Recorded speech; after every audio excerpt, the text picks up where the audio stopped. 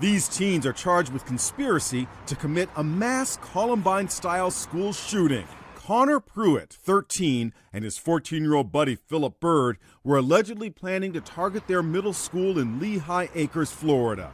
The arrest happened after an 8th grade teacher got a tip from a student at the school that one of the boys had a gun in his backpack. When the backpack was opened, no gun was found, but police say there was a map with markings allegedly showing the exact location of all of the surveillance cameras in the school. The teens are said to have been extensively studying the 1999 Columbine massacre. What do you say about what you think their intent was? I am absolutely convinced that we prevented a mass shooting. The two suspects have been surfing online, trying to buy guns on the black market. They researched thoroughly Columbine. They were inspired by Columbine. Deputies searched their homes and found ammo, shotgun shells, knives, and other weapons. Philip Bird's mother, Carrie Tuller, broke down in tears during their appearance in court on Sunday. He's just a little boy.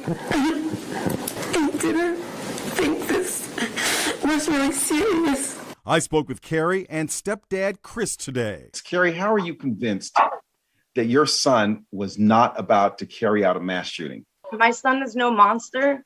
He would not have hurt anybody. My niece goes to the school, and he sure as heck wouldn't have hurt his family.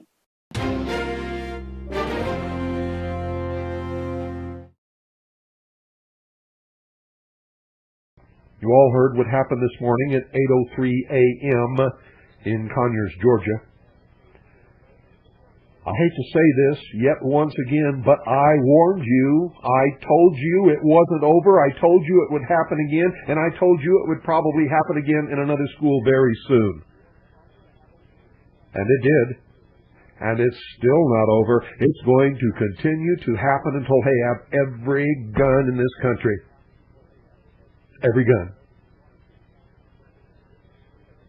You watch the United States Senate wimp and roll over the entire Republican contingent, literally,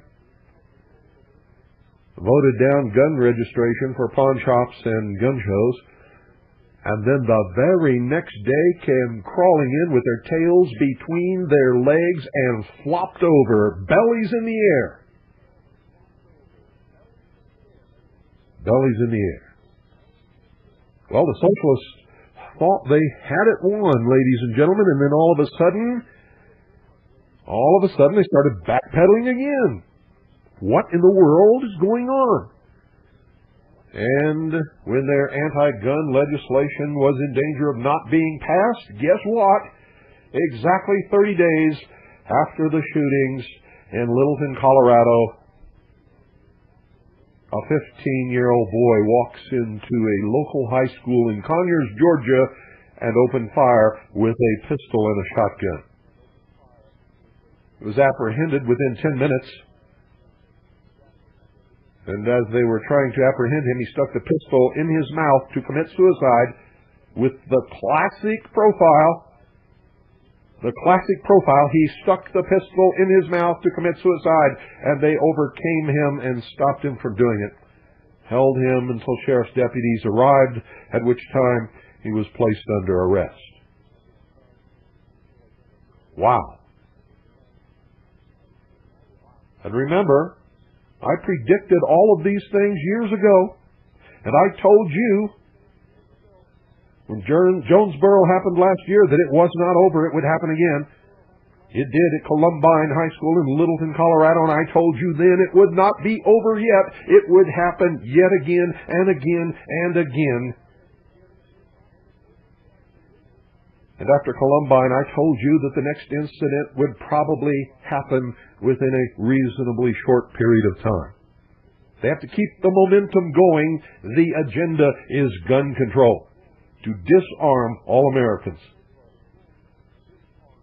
You watch this gun control issue pick up momentum like it's never had before in history. And it's all based upon a lie.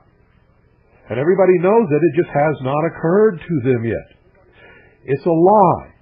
They say guns are more available to children than ever before in history, and it's a lie.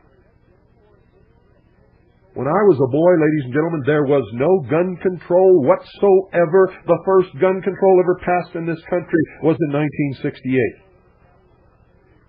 1968. Since then, there have been literally thousands of gun control laws passed throughout all the different 50 states and the federal government. Now, I have to backtrack just a little bit because what I said isn't entirely true. Back in the 30s, a gun control law was passed. It restricted the sale of sawed-off shotguns, fully automatic machine guns, and silencers. That, if you'll remember, was the era of Al Capone and the St. Valentine's Day Massacre and all of those kinds of things. So that was really the first gun control passed in this country. It was the only gun control. And prior to that, you could walk into any store anywhere and buy a fully automatic machine gun of any kind. Sawed-off shotguns, silencers, whatever you wanted.